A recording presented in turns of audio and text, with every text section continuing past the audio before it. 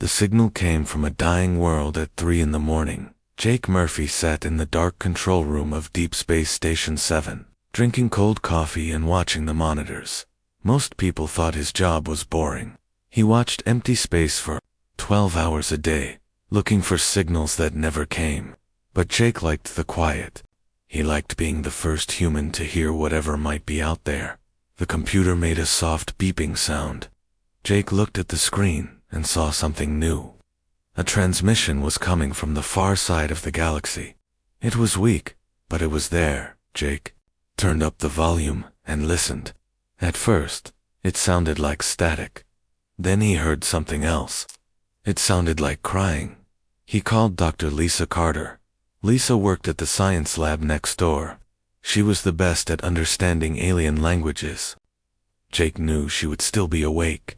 Lisa never slept when there was work to do. "Lisa, you need to hear this," Jake said into his phone. She arrived in 5 minutes, still wearing her lab coat. Her brown hair was messy from working late. She sat down next to Jake and listened to the signal. "It's definitely alien," she said, after a few minutes. "The pattern is too complex to be natural. Someone is trying to talk." Jake watched her work.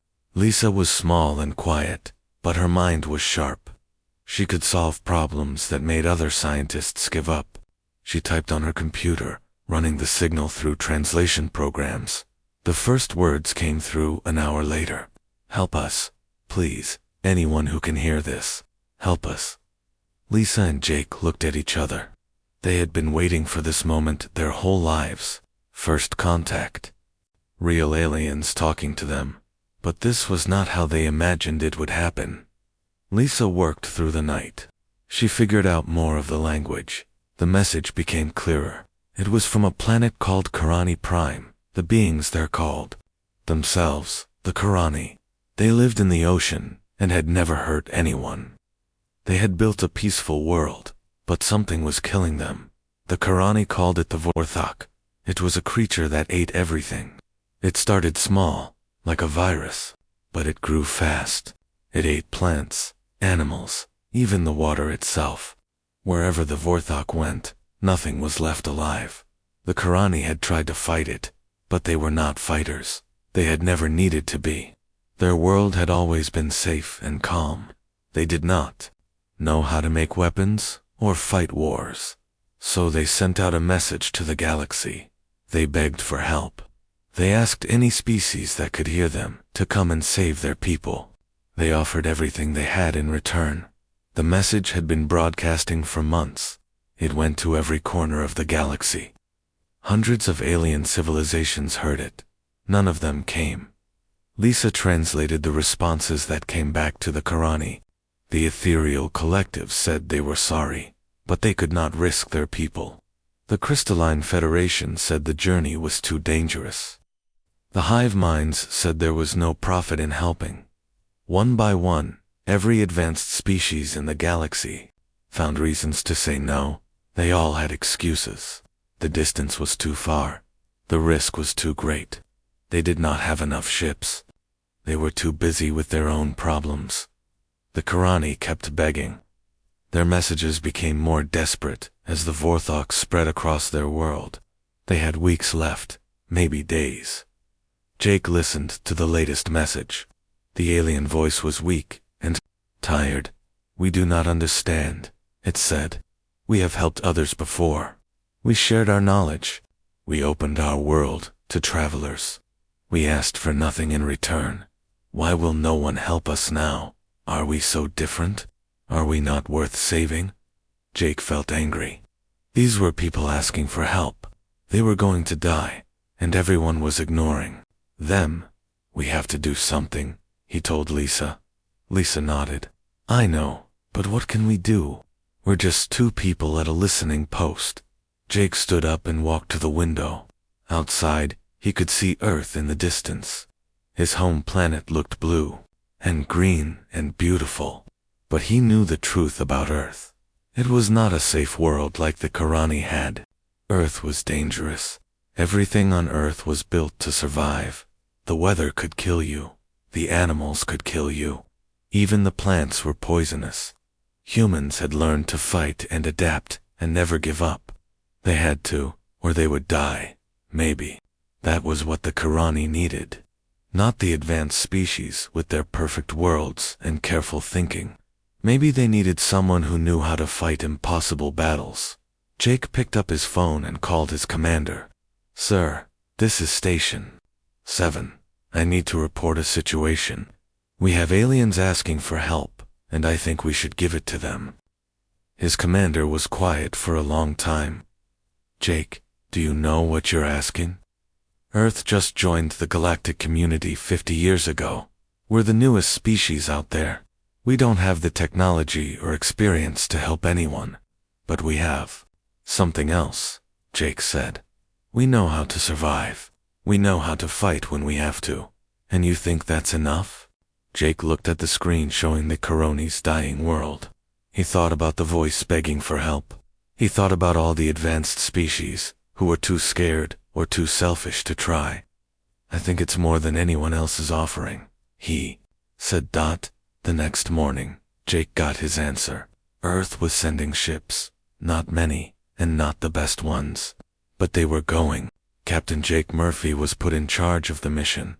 As Jake prepared to leave, he listened to the latest message from the Karani. Their world was almost gone now. They had given up hope. This is our last transmission, the voice said.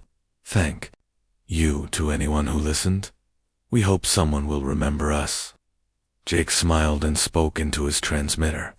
Karani, Prime, this is Earth. We got your message. We're coming to help. Hold on just a little longer. He did not know if they heard him, but somewhere across the galaxy, help was finally on the way. The human ships left Earth faster than anyone thought possible. Captain Jake Murphy stood on the bridge of the UES Defiance, watching the stars stretch into lines as they jumped to faster than light speed. 3 days ago, he had been sitting at a listening post. Now he was leading humanity's first major rescue mission. The fleet was small, but determined. Dr. Lisa Carter flew alongside him in the science ship Discovery. She had not slept since hearing the Karani message. She spent every hour learning their language and studying their world. Colonel Ryan Torres commanded the military transport Warrior. His Marines were tough soldiers who had fought in Earth's worst places. They knew how to handle danger. Behind them came Engineer Katie Brooks in the cargo ship Builder, filled with tools and supplies. It was not much of a fleet. The ships were old and patched together. Earth's military was still new compared to other galactic powers, but they were moving faster than any alien species had ever seen. Jake watched the communication screens. Messages were flying across the galaxy. Other species could not believe what humans were doing. Are they insane? Asked one ethereal commander. They're going to get themselves killed, said a crystalline Federation leader. Stupid Deathworlders, muttered a hive mind controller.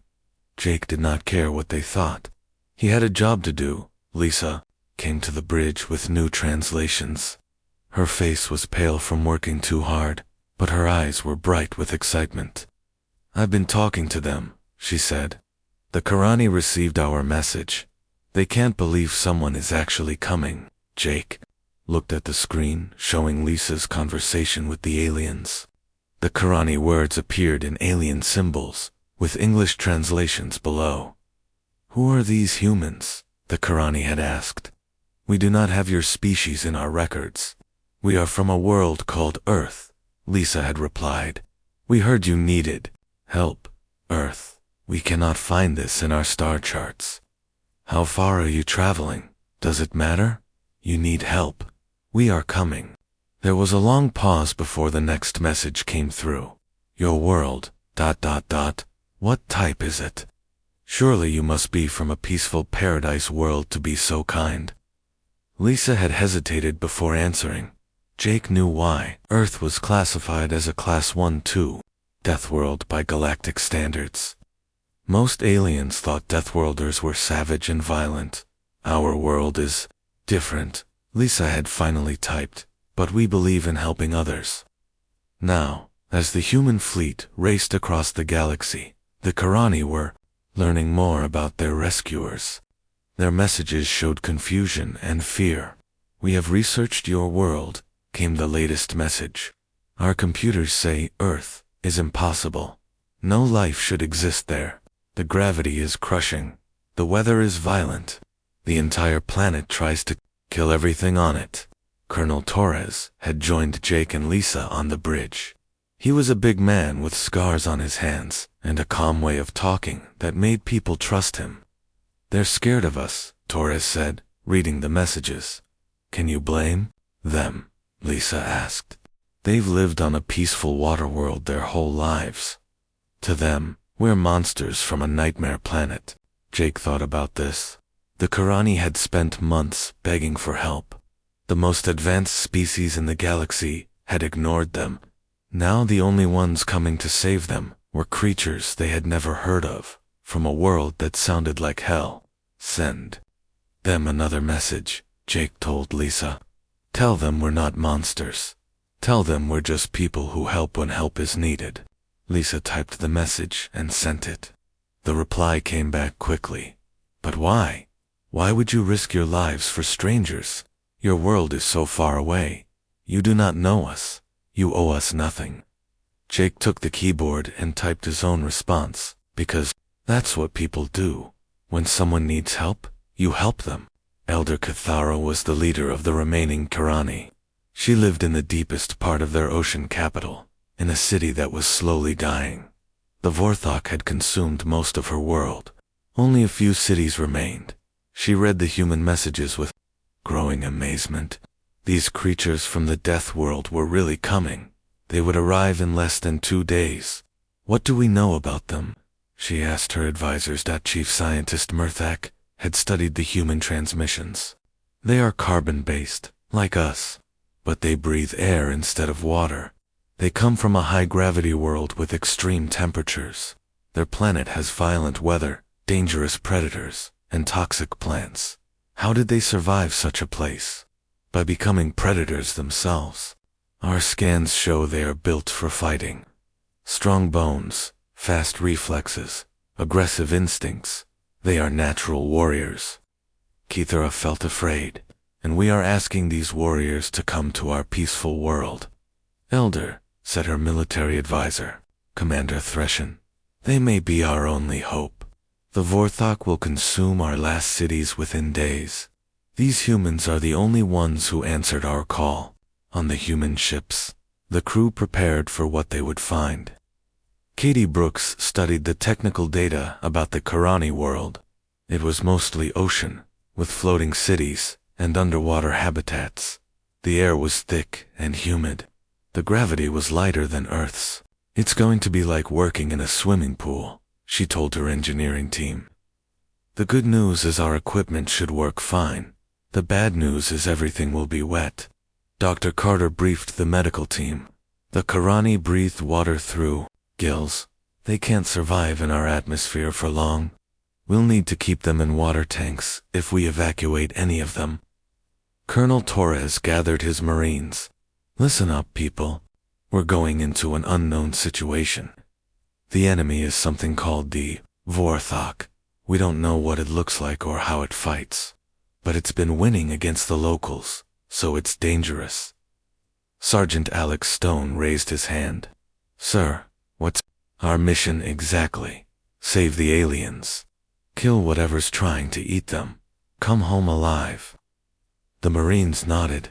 It was a simple mission they could understand. Lieutenant Sarah Wilson had a different question. "Colonel, what if the aliens are afraid of us? The reports say they think we're monsters." Torres thought about this. "Then we show them they're wrong. We show them that monsters don't travel across the galaxy to save strangers." As the human fleet approached the Karani system, Jake received a final message from Elder Kithra. "Human fleet, we are grateful you have come, but we must warn you. The Vorthok is unlike anything you have seen. It cannot be reasoned with.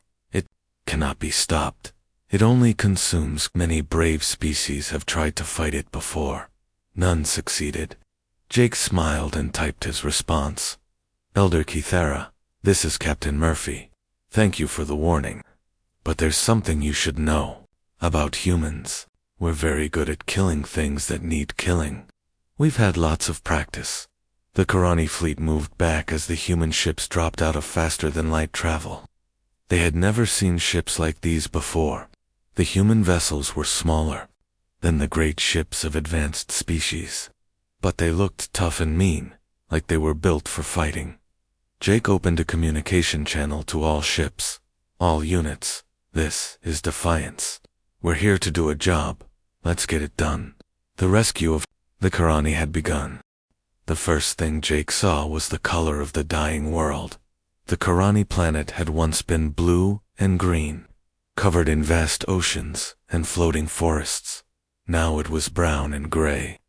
The Vorthok had eaten everything alive, leaving only dead water and empty cities. My God, whispered Dr. Carter, staring at the screens. What kind of monster does this? Jake watched the planet turn slowly below them. Here and there, small patches of blue still showed. Those were the last living parts of the Karani world. In a few days, even those would be gone. Colonel Torres, what do your scanners show? Jake asked. Torres studied his readings. I'm seeing movement in the dead zones. Lots of movement. Whatever these Vorthok things are, there are millions of them down there. Elder Kithara's voice came through the communicator. She sounded tired and scared. Human ships, you can see what we face. The brown areas are all consumed. Nothing lives there anymore. We have perhaps 20 cities left, and they shrink every hour. Jake looked at his crew. Lisa was studying alien data on her computer. Katie was checking her tools and equipment. Torres was planning attack routes. None of them looked scared. They looked ready to work. Elder, this is Captain Murphy. We're coming down to take a look. Can you meet us? Yes, but please be careful. The Vorthok attacks anything that moves. Even our fastest ships cannot escape them in the dead zones. Jake smiled. Don't worry about us. We're pretty hard to catch. The human landing force took 3 ships down to the planet. Jake flew with Lisa in a small scout ship. Torres brought a squad of Marines in an armed transport. Katie followed in a work vessel loaded with scanning equipment. They landed at New Tidal City, one of the last Karani settlements. It floated on the surface of the ocean, held up by huge biomechanical supports. The buildings were curved and flowing, like they had grown from the sea itself. The Karani were waiting for them at the landing platform. Jake's first sight of the aliens surprised him. They were tall and thin, with smooth blue-green skin. Their large eyes were kind and intelligent. They moved with grace, like dancers. Elder Cathora stepped forward. She wore robes that seemed to be made of living seaweed. When she spoke, her voice was musical. Welcome, humans from Earth. I am Kithara. We are grateful you have come, though I fear you do not understand the danger. Jake stepped out of his ship. The air was thick and humid, full of salt and strange smells. The gravity was light, making him feel like he could jump over buildings. Elder Kithara, I'm Captain Murphy. This is Dr. Carter and Engineer Brooks. We're here to help. The Karani leader looked at the humans with amazement. They were shorter than her people, but much thicker and stronger. Their movements were quick and controlled. Their eyes held a sharpness she had never seen before. You are not what we expected, she said honestly. Lisa smiled. What did you expect? We hoped you would be like us. Peaceful builders and thinkers. But you move like hunters. Your very presence speaks of violence. Colonel Torres had joined them on the platform. His Marines stood at attention. Behind him, weapons ready. The Karani shrank back from the armed soldiers. We can be peaceful, Jake said gently. But right now, you don't need peaceful people. You need fighters. Kithara led them through the city. The Karani people came out to stare at the humans. They had never seen aliens before, especially ones from a death world. Children peeked out from behind their parents. Adults whispered in their musical language. They are afraid of us. Lisa said quietly. Can you blame them? Torres replied. We probably look like nightmares to them. The city was beautiful, but dying. The biomechanical systems that kept it floating were failing. The Vorthok was eating them from below, weakening the supports. Katie studied the damage with her scanners. This is incredible biotechnology, she said, but it's all organic. The Vorthok is literally eating their infrastructure. They reached the command center at the heart of the city. Elder Kithara showed them displays of the planet's condition. Red warning lights covered most of the surface. This is what we face, she said. The Vorthok started as small organisms in our deep ocean trenches. We thought they were just another form of sea life. But they began to grow and change. They consumed our fish, then our plants, then our very water. Dr. Carter studied the biological data. It's like a cancer that spreads between species. But how does it move so fast? Chief Scientist Murthak joined them. He was excited to meet humans, but also nervous. The Vorthok adapts quickly. It learns from everything it consumes. It has become incredibly efficient at breaking down organic matter. Jake looked at the tactical displays. Show me where they are now. The screen changed to show the current Vorthok positions. The creatures were moving in organized patterns, surrounding the remaining cities. They're hunting you, Torres said. This isn't random consumption. They're coordinating attacks. Yes, Kithara said sadly. At first, they just spread like a disease. But as they consumed our military forces and scientists, they learned strategy and tactics. Now they plan their attacks. Jake studied the enemy positions. What have you tried to stop them? Everything we could think of, Commander Threshin answered. He was the Coroni's military leader, though his people had little experience with war. We tried chemical weapons, but they adapted. We tried fire, but they absorbed the heat. We tried sonic attacks, but they learned to ignore sound. Katie was examining samples of Vorthok material under her portable microscope. This is fascinating. It's not really one organism. It's like a colony of billions of tiny creatures working together. Can we kill it? Torres asked bluntly. We don't know, Murthak said. No one has ever succeeded in stopping a Vorthok infestation once it starts. Jake looked around at his team. Lisa was studying Vorthok biology. Katie was analyzing their technology. Torres was planning defensive positions. They were already working on solutions while the Corani stood around feeling hopeless. Elder, Jake said, with respect, I think you've been looking at this problem wrong. Kithra was confused. What do you mean? You keep talking about the Vorthok like it's a natural disaster, like a hurricane or an earthquake.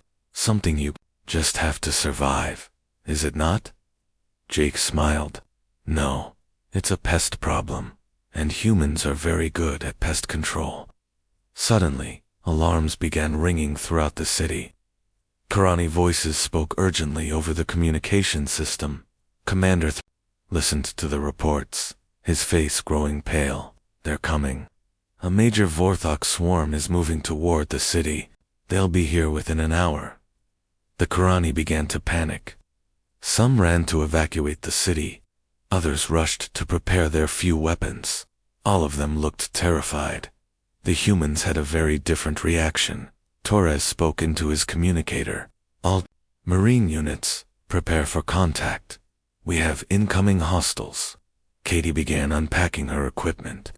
I need samples of these things. Live samples if possible. Lisa activated her recording devices. I want to document everything about how they move and attack. Jake looked at the scared Corani around them. Elder, you might want to move your people to the lower levels. This could get messy. What are you going to do? Kithara asked Jake. Checked his weapons and grinned. We're going to meet the neighbors. Outside the city, the ocean began to turn black. The Vorthok swarm was rising from the depths, ready to consume another Corani settlement. But this time, they would face something they had never encountered before. Creatures from a death world who fought back. The ocean around New Tidal City turned black as the Vorthok swarm approached. Sergeant Alex Stone stood at the city's edge, watching through his binoculars. He had fought in Earth's worst war zones, but he had never seen anything like this. The water writhed and bubbled as millions of creatures moved beneath the surface. "Colonel, you need to see this," he called. Torres joined him at the observation post.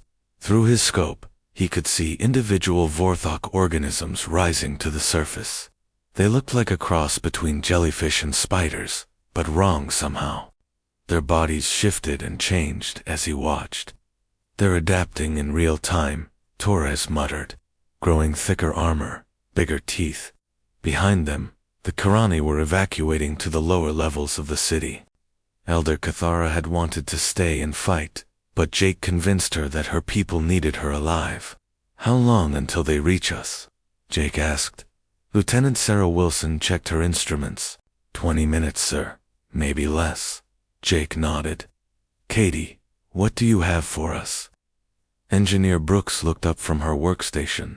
She had been busy for the past hour, studying Vorthok samples and running tests. Her eyes were bright with excitement. "Good news and bad news," she said. "The bad news is they're incredibly resilient. They can adapt to almost any attack within minutes. And the good news," Katie grinned, "they have weaknesses they don't even know about. These things evolved in a perfect environment. They've never faced real adversity." Dr. Carter joined the discussion. She had been analyzing the Vorthok biology with Karani scientists. "The key is their hive mind," she explained. "Individual organisms are actually quite fragile, but they share information instantly across the entire swarm." Torres frowned. "So if we hurt one, they all learn how to defend against it." "Exactly. That's why the Karani weapons stopped working so quickly." Jake thought about this. "But what if we hit them with multiple attacks at once? Different types they can't all adapt to." Katie nodded enthusiastically. "That's what I was thinking. Overload their adaptation system." The first Vorthok scouts reached the city's outer defenses. They were small, about the size of house cats, but they moved fast across the water's surface.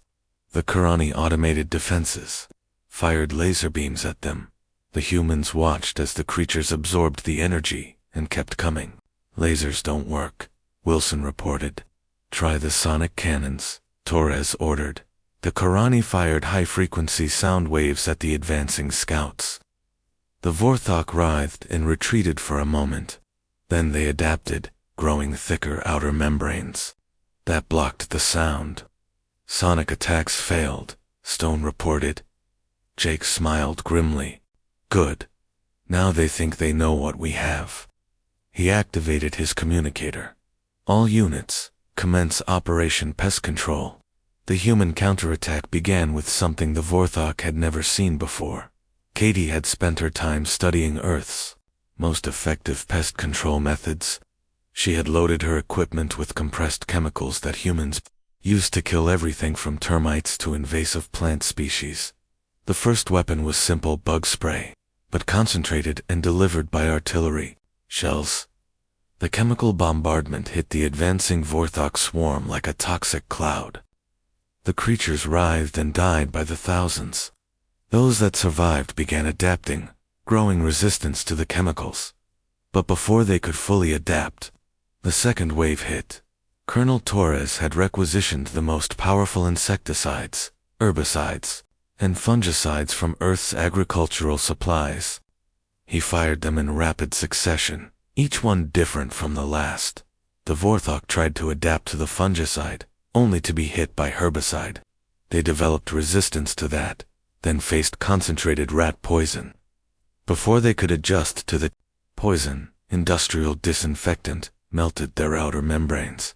"It's working," Katie shouted, watching her instruments. "They can't keep up with the different attack types."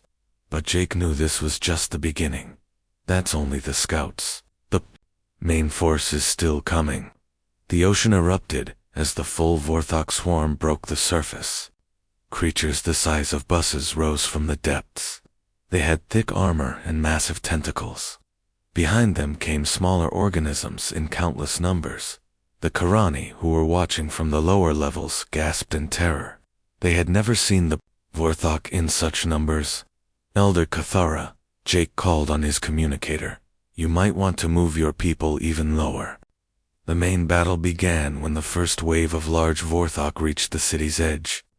They began climbing the biomechanical supports. Using their tentacles to pull themselves up, Torres activated the city's defensive systems, but instead of using them as designed, he did something unexpected. The Karani had built their defenses to repel attackers gently, trying not to harm the ocean ecosystem. Torres cranked everything up to maximum power and added human modifications. Laser beams became focused heat rays that could cut through steel.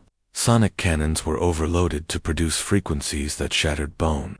Water pumps were reversed to create powerful jets that could knock creatures off the city's supports. But the most effective weapon was something Katie had improvised. Caffeine, she explained to the amazed Karani scientists. Humans drink it every day, but it's toxic too. Most Earth insects. I figured it might work on these things too. She had loaded the city's water system with concentrated caffeine from the human ship's coffee supplies. When the Vorthok touched the water around the city, they began convulsing. Coffee is killing them, Dr. Carter said in amazement. Literal. Coffee is our most effective weapon. The battle raged for hours. The humans used every trick they knew. When conventional weapons failed, they improvised. Stone's squad used welding torches as flamethrowers. Wilson's team turned construction equipment into weapons of war. The Vorthok kept adapting, but they could not keep up. Every time they developed resistance to one attack, 3 more different attacks hit them. The turning point came when Katie made a crucial discovery. Their adaptation system has a flaw. She called out over the noise of battle. They can only adapt to threats they survive. If we kill them fast enough, they can't pass on the resistance. Jake understood immediately. All units, focus fire. Don't give them time to adapt. The human strategy changed. Instead of trying to hurt the Vorthok slowly, they concentrated their firepower to kill them instantly. Creatures that died quickly could not share their resistance with the swarm. The tide of battle began to turn. The Vorthok advance slowed, then stopped. The creatures began retreating toward the deep ocean, but Jake was not satisfied with just driving them off. They'll be back, he told Torres. We need to finish this. Torres nodded. Stone, Wilson, prepare for pursuit. We're taking the fight.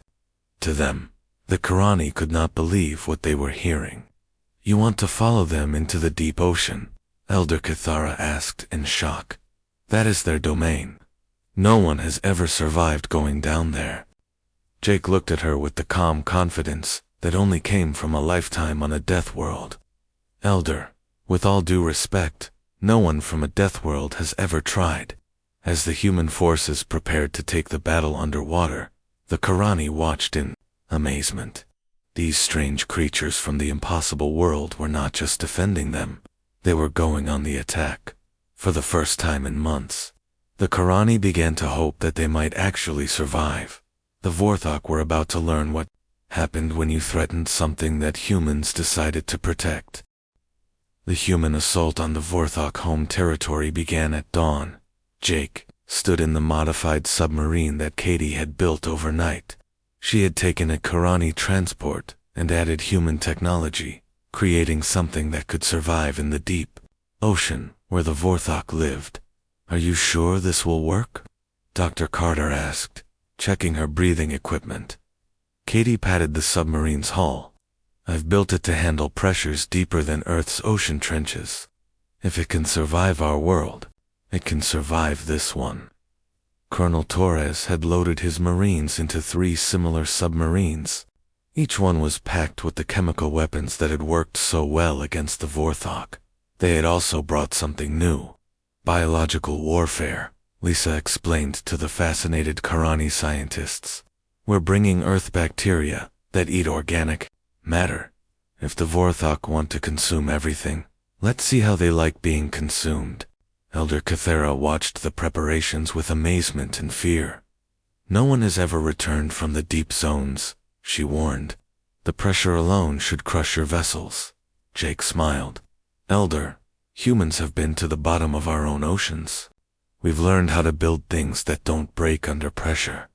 The 3 human submarines descended into the dark water. Behind them, Karani rescue ships waited to evacuate the remaining cities if the mission failed. As they went deeper, the ocean changed around them. The water became thick and oily. Strange currents pushed against their ships. This was Vorthok territory now, and everything here had been changed by their presence. Sonar contact, Lieutenant Wilson reported. Multiple large objects moving toward us. Through the submarine's windows, Jake saw them coming. Vorthok creatures the size of whales, with tentacles that could crush ships. They moved with intelligence, surrounding the human vessels. Here they come, Torres said calmly. All units, engage. The underwater battle was like nothing anyone had ever seen. The humans fired their chemical weapons in coordinated patterns. Clouds of poison spread through the water, killing Vorthok by the thousands. But these were the oldest and strongest creatures. They had been adapting the longest. They survived the first attacks and began learning. They're getting resistance to the chemicals, Katie reported, switching to biological weapons. The earth bacteria hit the Vorthok like a plague. The organisms that had spent millions of years consuming other life suddenly found themselves being consumed. They writhed and died, their bodies breaking apart. But the largest creatures were still coming. Sergeant Stone watched through his periscope as something enormous rose from the ocean floor. It was bigger than a city block, covered in armor that looked like black metal. "Colonel, we have a problem," he reported. "I think we just found the mother ship." The creature that approached them was clearly the heart of the Vorthok swarm. All the smaller organisms were connected to it by thin filaments. It was the brain that controlled the entire infestation. "If we kill that thing," Carter said, "the whole swarm might die with it." "Then let's kill it," Jake said simply. But their weapons barely scratched its armor. The creature had adapted to everything they could throw at it. It was too big, too strong, too well protected. Torres had an idea. "Katie, how much explosive do we have left?" "Enough to level a mountain." "Why?" "Because I'm thinking we need to get inside that thing." The plan was insane, which made it perfectly human. They would ram their submarine directly into the creature's mouth, then detonate all their explosives from inside. "That's suicide," Elder Kithara said over the radio. "Not if we do it right," Jake replied. The human submarines coordinated their attack. 2 of them distracted the massive creature, while Jake's ship approached its mouth. The opening was huge, lined with teeth the size of telephone poles. "Here we go," Jake said, piloting his submarine directly into the monster's throat. Inside the creature, everything was alien and wrong. The walls pulsed like living tissue. Smaller Vorthok organisms swam through internal channels. The humans could see the neural networks that controlled the entire swarm. Katie worked frantically to place her explosives at key points. "If we can disrupt the neural connections, we can sever the creature's control over the swarm." Dr. Carter studied the alien biology around them. "This is incredible. The entire creature is like a living computer, processing information from millions of organisms." "Well, let's crash the computer," Torres said, arming the explosives. The humans had minutes to escape before the charges detonated. They fought their way back through the creature's body, battling smaller Vorthok that tried to stop them. Lieutenant Wilson was the first to reach their escape pods. "Pods are ready. Everyone in, now." The team crammed into the small escape vehicles and launched just as Katie's explosives went off. The explosion lit up the deep ocean like a small sun. The massive Vorthok creature convulsed and died. Across the planet, Smaller Vorthok began dying as their connection to the main organism was severed. The human pods surfaced near New Tidal City. The Karani were waiting for them, hardly daring to believe that they had survived. Elder Kithera helped Jake out of his escape pod. "Is it over?" she asked. Jake looked around at the ocean. The water was clearing. The brown stain of Vorthok infestation was fading. Fish were already returning to areas that had been dead for months. "It's over," he confirmed. The celebration that followed lasted for days. The Karani had never experienced joy like this. Their world was saved. Their people would live. But what amazed them most was why the humans had done it. "We still do not understand," Elder Kithara said to Jake on the last day of the celebration. "You risked everything for strangers. Your people could have died. Your ships could have been lost. What did you gain from saving us?" Jake thought about the question. Around them, Karani children played in water that was clean again. Adults worked to rebuild their cities. Life was returning to a world that had almost died. "We gained neighbors," he said finally. "Neighbors. The galaxy is a big place, Elder, but it's not so big that we can't help each other. When someone needs help, you help them. That's what neighbors do." The Karani would never forget that lesson. Word of the rescue spread across the galaxy. Other species watched in amazement as the newest, most primitive civilization had succeeded where they had all failed. The humans had done more than just save one world. They had shown what real civilization looked like. Dr. Carter stayed on Karani Prime to help rebuild their ecosystem. Engineer Brooks worked with Karani scientists to develop new technologies. The bonds formed in battle became lasting friendships. When Jake finally returned to Earth, he found hundreds of messages waiting. Other species, ones that had never spoken to humans before, were asking for help. Some had problems with pirates. Others faced natural disasters. A few were dealing with diseases. All of them had heard what happened when aliens begged for help, and Deathworlders answered. Jake looked at the list of requests and smiled. It was going to be a busy year. In the depths of space, humanity's reputation was growing. They were no longer seen as savage Deathworlders to be avoided. They were becoming known as the people who came when others needed help. The people who answered when someone called for aid. The neighbors everyone wanted to have. Elder Kithara kept a copy of Jake's final message to her people. She read it whenever young Karani asked about their human friends. "The universe is dangerous.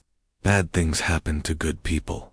But as long as there are those willing to help, as long as there are neighbors who care, no one has to face the darkness alone."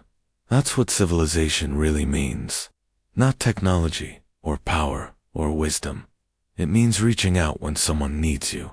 It means answering when someone calls for help. That's what neighbors do.